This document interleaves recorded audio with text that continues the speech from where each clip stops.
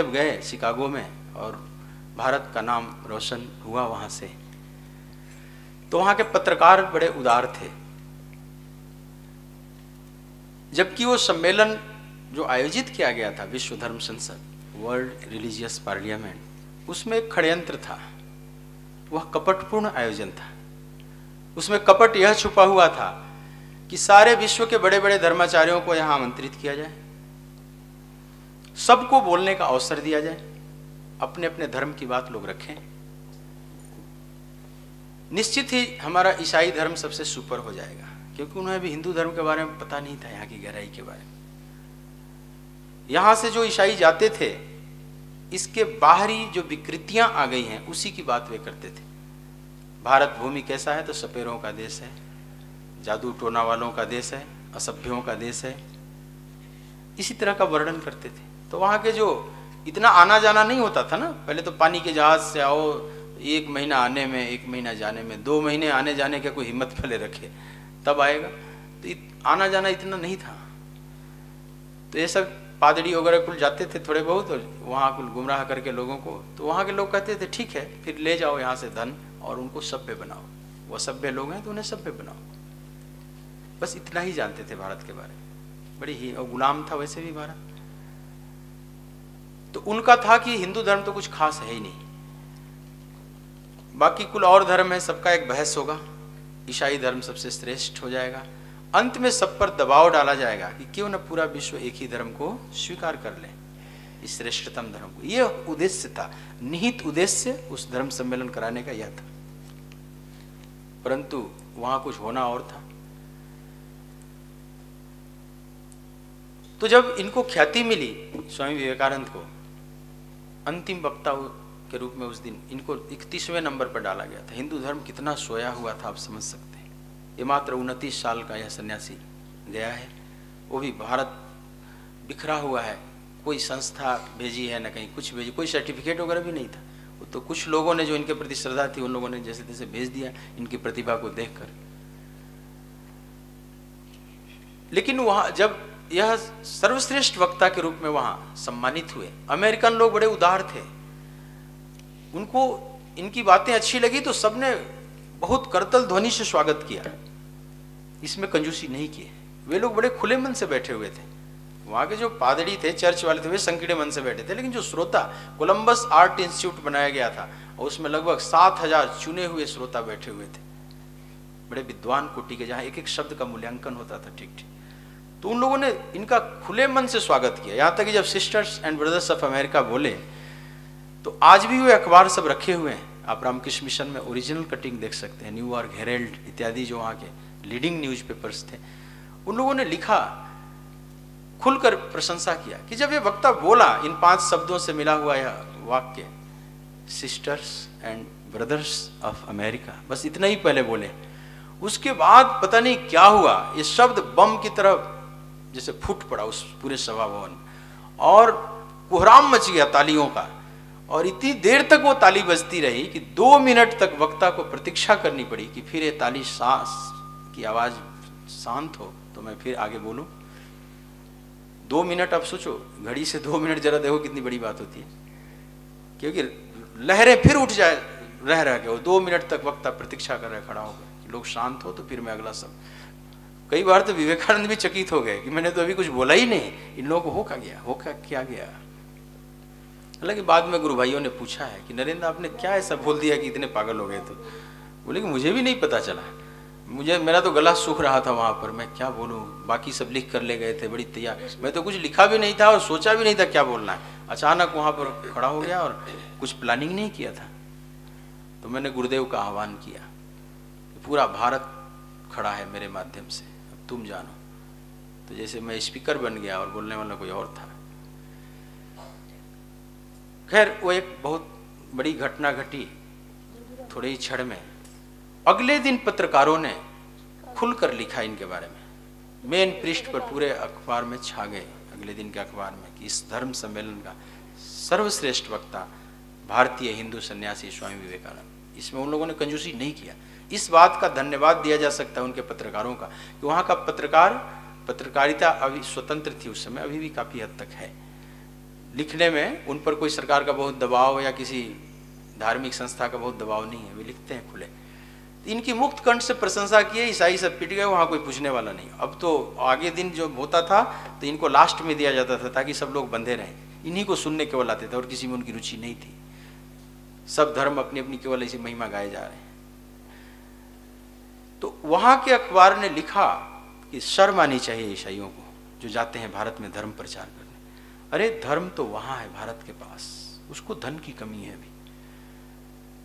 मैं तो चाहूंगा कि और 2-4 विवेकानंद हो भारत के पास तो मुझे भेजें, वहाँ धर्म की कमी नहीं। ईसाई जाते हैं वहाँ धर्म सिखाने, धर्म तो तुम सीखो वहाँ जाकर, वहाँ कितना गहरा है। क्योंकि इस विद्वान महापुरुष को जब देखा तो वे समझ गए कि ये सपेरों का देश नहीं हो सकता।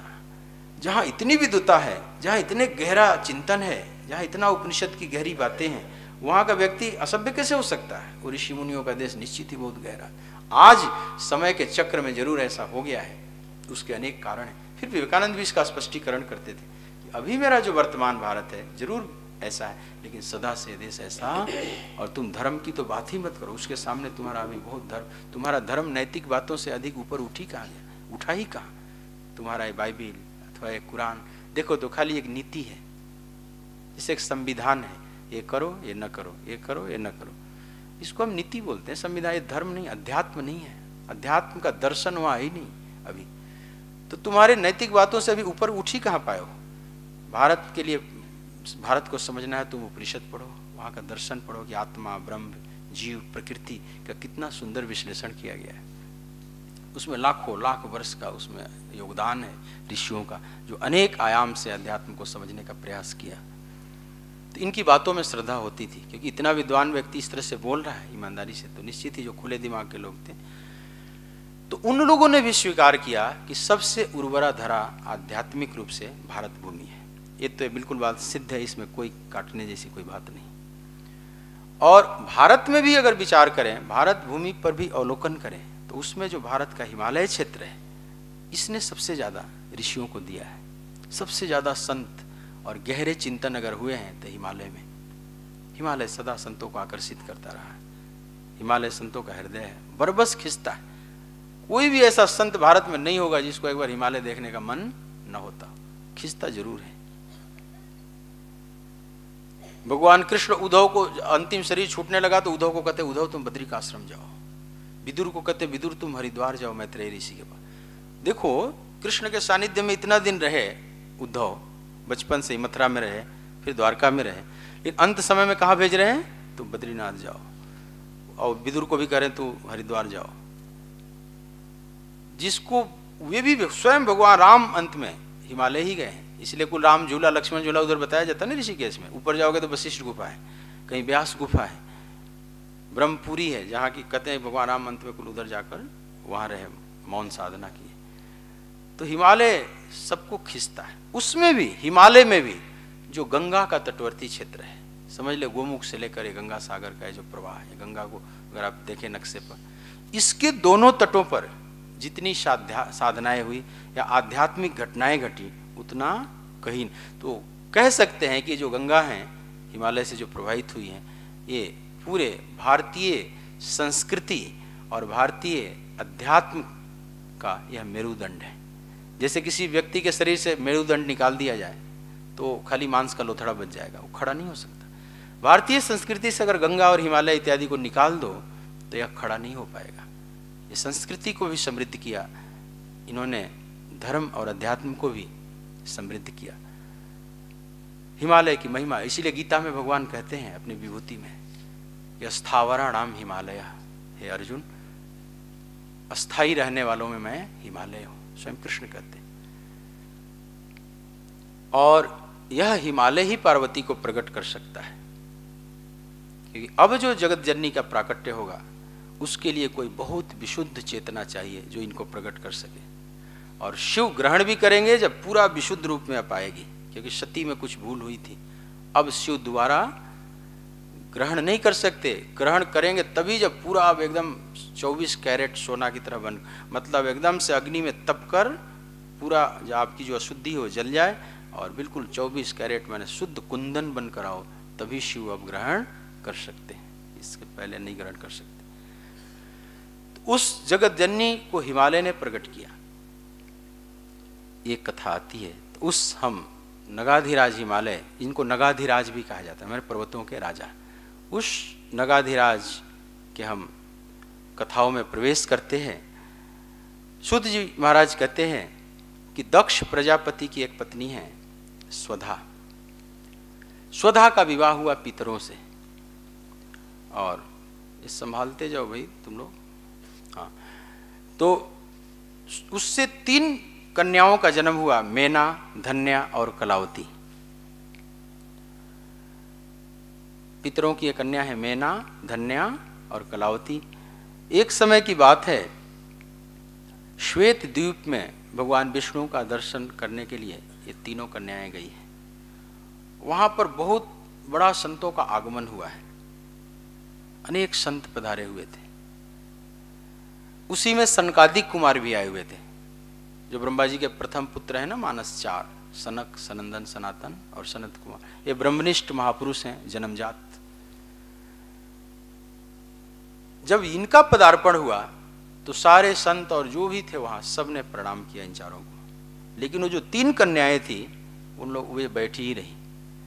उनके मन में ऐसा कुछ भाव, कई बार होता है ना, साधु संत ऐसे ही है, क्या खड़ा प्रणाम तक नहीं की, खड़ा होने की तो बात ही। और ऋषियों की दृष्टि पड़ गई इन तीनों कन्याओं पर, देखे कि ये तो बहुत अहंकारिणी हो गई है। तो पहले के ऋषि बड़ी श्राप देने में देर नहीं करते थे। उस श्राप करुणा का ही हिस्सा था, क्योंकि वो न दंडित किया जाए तो और बिगड़ती चली जाएंगी। तो उनको करुणा आ गई कि अगर यही अहंकार इनका बना रहा तो इनके लिए मांगलिक नहीं है, और तुरंत उनको श्राप दे दिया है, तुम लोगों को इसका दंड भोगना पड़ेगा, तुम्हें मृत्यु लोक में जाना होगा, वहां सुख दुख का अनुभव करना होगा, तीनों को मृत्यु लोक में जन्म लेना पड़ेगा। अब इनकी बुद्धि ठिकाने आई, अब लगी स्तुति करने, क्षमा प्रार्थना करने। तो संत बड़े करुणावान भी होते हैं, छड़े रुष्टम छड़े तुष्टम, रुष्टम तुष्टम छड़े छड़े। तो क्योंकि ये क्रोध नहीं है। देखो, क्रोध और करुणा में दोनों में फर्क है। केवल ऊपर की स्थिति देखकर आप निर्णय नहीं ले सकते कि यह क्रोध है कि करुणा है। जैसे कि माँ भी अपने बच्चे पर नाराज हो जाती है, कई बार एकदम आग की तरह हो जाएगी। जशोदा को देखो, कृष्ण पर कितनी नाराज हो जाती है, छड़ी लेकर पीछा कर रही, कन्हैया ने मटकी फोड़ दिया, और जशोदा छड़ी उठाई, कन्हैया भाग रहे हैं, गोकुल की गलियों में भागे जा रहे हैं, पीछे पीछे जशोदा जा रही है, कितनी क्रोध में है। दृष्टवा परिश्रमम कृष्ण, इतनी क्रोध में है कि पकड़ कर लाई और फिर रस्सी से उखल में बांधने लगी। कितने क्रोध में, जब माँ आती होगी तो अपने बच्चे को उखल में बांधती हो, शायद आज की माताएं भी नहीं बांधती होगी, लेकिन कितनी गुस्सा में है, और इतनी गुस्सा में है कि पसीने से लथपथ हो गई। उसमें कथा में आती है परिश्रमम कृष्ण, कृष्ण ने देखा कि माँ बहुत पसीना पसीना हो गई है बांधने में, लेकिन गुस्सा बहुत ज्यादा, क्षमा नहीं कर पा रही है। फिर कृष्ण बंध गए, कृपया शीत स्वबंधने, करुणा बस फिर बंध जाते हैं। लेकिन अब ये जसोदा का जो क्रोध है, इसको क्रोध कहेंगे आप कि करुणा कहेंगे? करुणा कहा जाएगा ना। ये क्रोध पॉइजनस नहीं है, ये अपने बच्चे के भविष्य को लेकर एक भयंकर चिंता है जसोदा के मन में कि मेरा लाला कहीं बिगड़ न जाए। ये बहुत उत्पात अगर करने लगेगा तो ये ठीक नहीं है इसके जीवन के लिए। तो अब माँ की जो करुणा है वह क्रोध के रूप में प्रकट हो रही है, पर वो क्रोध है नहीं, वो करुणा है। उसमें झांक कर देखा जाए, हर माताएं अपने बच्चों के साथ ऐसा करती हैं व्यवहार, कई बार बहुत कठोर व्यवहार करती हुई दिखाई पड़े। कई बार मैं छोटे बच्चों से पूछता हूँ, तुझे मम्मी अच्छी लगती है कि पापा? मान लो पापा बिजनेसमैन है, वो सुबह निकल जाते हैं 9 बजे, कई बार बच्चों को दिखाई भी नहीं पड़ती, लेकिन बाप उठे 8 साढ़े 8 बजे, वो बेचारा 6-7 बजे वो चला गया स्कूल, वो आया 2:30-3 बजे, पिता आएंगे फिर 9-10 बजे रात को, तब तक वो सो गया। कई बार तो मुलाकात भी नहीं हो पाती, या पापा से कई बार 10-15 मिनट भेंट होती है, आधा घंटा, तो खेलते हैं बच्चे पापा के साथ, अच्छे लगते हैं। मम्मी को झेलना पड़ता है ज़्यादा। तो पूछो छोटे बच्चों से, यहाँ भी छोटा बच्चा बैठा होगा तो उसे पूछ के देख लो कि मम्मी अच्छी लगती है कि पापा, तो बोलेगा पापा। और उसके गहरे में कारण मैं समझ जाता हूँ कि सारा उपद्रव तो मम्मी को झेलना पड़ता है। दिन भर पापा रहे ना, पापा को 4 दिन उसका सानिध्य दे दिया जाए तो पापा से भाग खड़ा हो बच्चा। वो तो माताएं ही हैं जो इतना उपद्रव भी झेलती रहती है बेचारी, और फिर बच्चे का लालन, तो उसी में कई बार ठोकाई भी हो जाती है, कई बार डांट भी पड़ती है। तो बच्चा स्वाभाविक, पापा तो कभी मारते नहीं, और बेचारे 15 मिनट के लिए, आधा घंटा के लिए मिले, वो क्या मारेंगे, वो लाड़ प्यार किए तो उसको लगता है पापा अच्छे मीठे। पर बच्चा जब बड़ा होता है तो वह स्वयं अनुभव करता है कि मेरी माँ मेरे को पालने में कितना मेहनत की है। इसीलिए माँ का स्थान ऊंचा हो जाता है, और माँ के प्रति एक हम श्रद्धा भाव से भर जाते हैं, और लगता है कि माँ को बार बार नमन करें। उसी तरह से संतों की स्थिति है, संत में एक मातृत्व का जन्म होता है, वो और ज्यादा है। एक सामान्य माँ है, वो अपने बच्चे तक केंद्रित है, उसकी करुणा बस उतने ही तक है और बच्चों में नहीं है। लेकिन जब संतत्व का फूल खिलता है तो वसुधैव कुटुंबकम, पूरी धरा या पूरी वसुधा अपने परिवार की तरह दिखने लगती है, और उसकी करुणा और बढ़ जाती है। और उसमें अगर कोई दुखी है, त्रस्त है, या कोई विकृत हो रहा है, कोई गुमराह हो रहा है, तो उसको बड़ा कष्ट होता है। हम लोग कभी कभी सत्संगों में कभी राष्ट्र की चिंता की बात रख देते हैं। तुझे पता है कि जैसे आप अपने परिवार को लेकर कई बार चिंतित होते हैं, हम लोगों को अपने परिवार का तो कोई ध्यान नहीं रहता, लेकिन कई बार राष्ट्र पर दृष्टि जाती है, और जब राष्ट्र पर दृष्टि जाती है तो इतना कष्ट होता है कई बार कि समझो शायद आपको अपने परिवार को लेकर शायद न होता हो। अभी हमें कई बार मैं प्रश्न करता हूं कई जगहों पर कि 50 साल बाद का भारत क्या होगा अगर आज ऐसे चल रहा है जैसा। बीच में कोई महाक्रांति नहीं हुई, कोई बहुत बड़ा रिवॉल्यूशन नहीं हुआ। मैं अभी हरिद्वार में था, प्रणव पंड्या जी जो हैं गायत्री परिवार वाले, तो मैं मिला, तो एकांत में मैं मिला, तो मैंने उनसे प्रश्न किया कि आपकी संस्था धार्मिक और सामाजिक दोनों काम करती है, समाज के लिए बड़ी वेदना दिखाई पड़ती है, आप बताइए कि अगर भारत ऐसे ही चलता रहा, अगर बीच में कोई बहुत महाक्रांति नहीं हुई, कोई बहुत महापरिवर्तन नहीं हुआ, तो आप भविष्यवाणी करो अपने बुद्धि से, एक आकलन करके, एक ग्राफ जैसा जा रहा है, इस ग्राफ को खींचता चला जाए आदमी, तो 50 साल बाद का भारत कैसा होगा, उसके सामने सबसे भयानक समस्या क्या होगी। थोड़े बहुत इशारा वो समझ भी गए, लेकिन फिर संभाल कर बोलते हैं कि 50 साल बाद भारत बहुत बढ़िया हो जाएगा। मैंने कहा कैसे, दिखाइए, आपके मुंह में घिस सककर कि ऐसा ही हमारा भारत हो जाए 50 साल बाद, लेकिन कैसे, आप किस तरह से ग्राफ खींचते हैं। हम भी ग्राफ खींच के दिखा रहे हैं आपको, और उस काट कर दिखाओ उस ग्राफ को। तो बोले कि ऐसे सामान्य ग्राफ खींचा जाए तो तब तो बहुत दुर्दशापूर्ण है, शायद सनातन धर्म बचे ही ना। लेकिन 2026 से, अब उनके आचार्य जी ने ऐसा बोला होगा, 2026 से कुछ ऐसा अंदर से बन रहा है सिम्टम कि फिर नवीन भारत का निर्माण होगा। और इशारे में वो समझ गए थे भारत की जो सबसे बड़ा खतरा है, इस्लामिक खतरा है। इसको मैं कोई सांप्रदायिक भाव से नहीं बोल रहा, लेकिन ग्राफ खींच कर अगर देखो तो ऐसा ही है। अगर ये बढ़ती हुई आबादी, और जिस उनकी आबादी जहां बढ़ी है वहां उसके बाद क्या हुआ है, ये तो इतिहास गवाह है। अरब से लेकर एक कश्मीर तक का इतिहास देख सकते हो। तो उसमें कोई, अब वो 2 जोड़ 2 जैसे 4 होता है ना, ऐसे समझ लो, उसमें कोई गुंजाइश नहीं है कुछ और रखने की। तो ये तुम्हारी बढ़ती जनसंख्या, घटती जनसंख्या, उनकी बढ़ती, अंत में क्या होगा।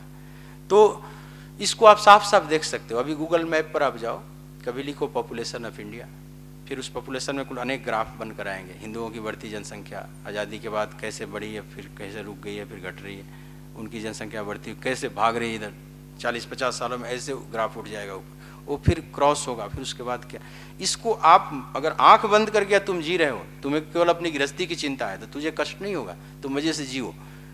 लेकिन ये दशा ऐसी है जैसे शुतुरमुर्ग, सुने हो, एक शुतुरमुर्ग पक्षी होता है, अगर उस पर खतरा आएगा ना तो रेत में मुंह घुसा लेगा और सोचेगा कि अब खतरा दिखाई नहीं पड़ रहा है शत्रु, तब खतरा खत्म, और बेमौत मारा जाता है बड़ी आसानी से। शुतुरमुर्ग मत बनना।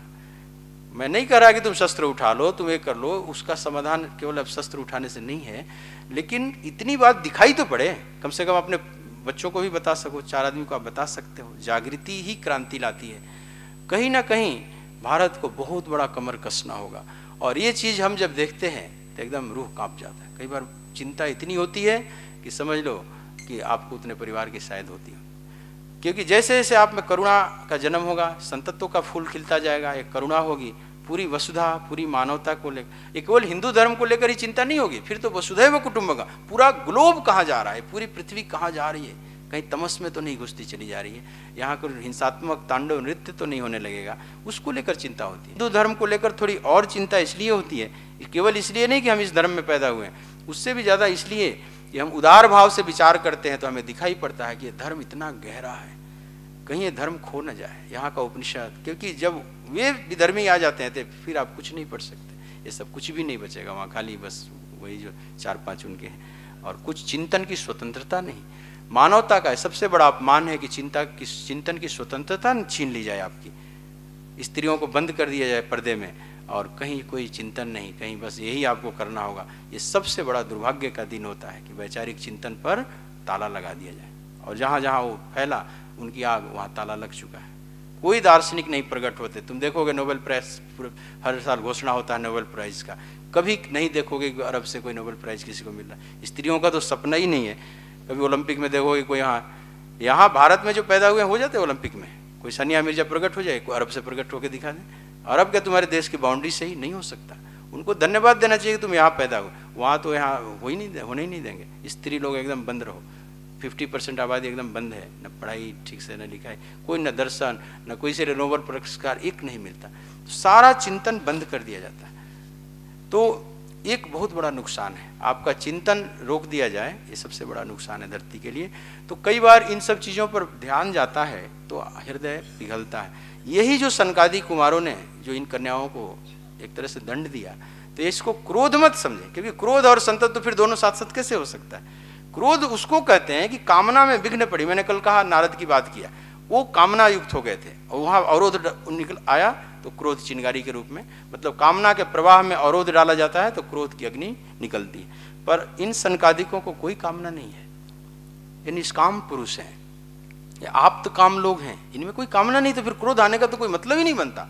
पर करुणा तो है ना, विशाल हृदय है, और वो करुणा क्रोध के रूप में दिखाई पड़ता है। बस इनको कन्याओं को दंडित किया क्योंकि ये कारी हो गई हैं और इनका आगे अनिष्ट होगा, इसलिए उन्होंने श्राप दे दिया कि तुम लोगों को पृथ्वी पर जाकर वहाँ के सुख दुख का अनुभव करना होगा, फिर तुम्हारी बुद्धि ठिकाने आएगी। फिर वो प्रणाम करने लगी, क्षमा मांगने लगी, और फिर बोली कि हमारे फिर मुक्ति का उपाय भी आप लोग बता दीजिए साथ साथ। तो आप देखेंगे पुराणों में कि जैसे ही ऋषि श्राप देते हैं और वो क्षमा मांगने लगा तो तुरंत उपाय भी बता देते हैं कि इसका ये उपाय है, इस तरह से तुम्हारा हो जाएगा, ये तुरंत देखोगे, इसलिए पता चलता वो करुणा है, वे कोई पॉइजनस नहीं है, वहाँ करुणा है, उनका उद्धार का उद्देश्य।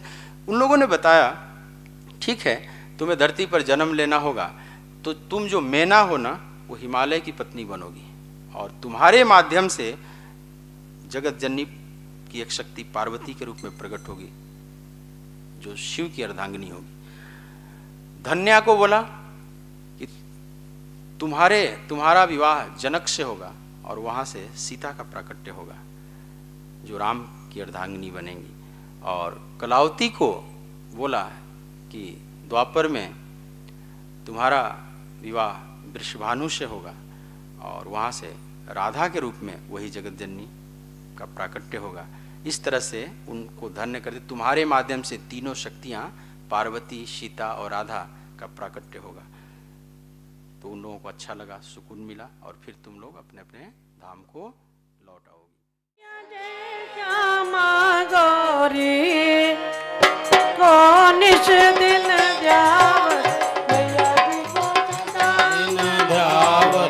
हरे ब्रह्मा शिवरी ओम जय अम्बे गौरी। आग सिंदूर टीको मृग मद को, मैया टीको मृग मद को। उज्जवल से दो नैना, निर्मल से दो नैना, चंद्र बदन को। ओम जय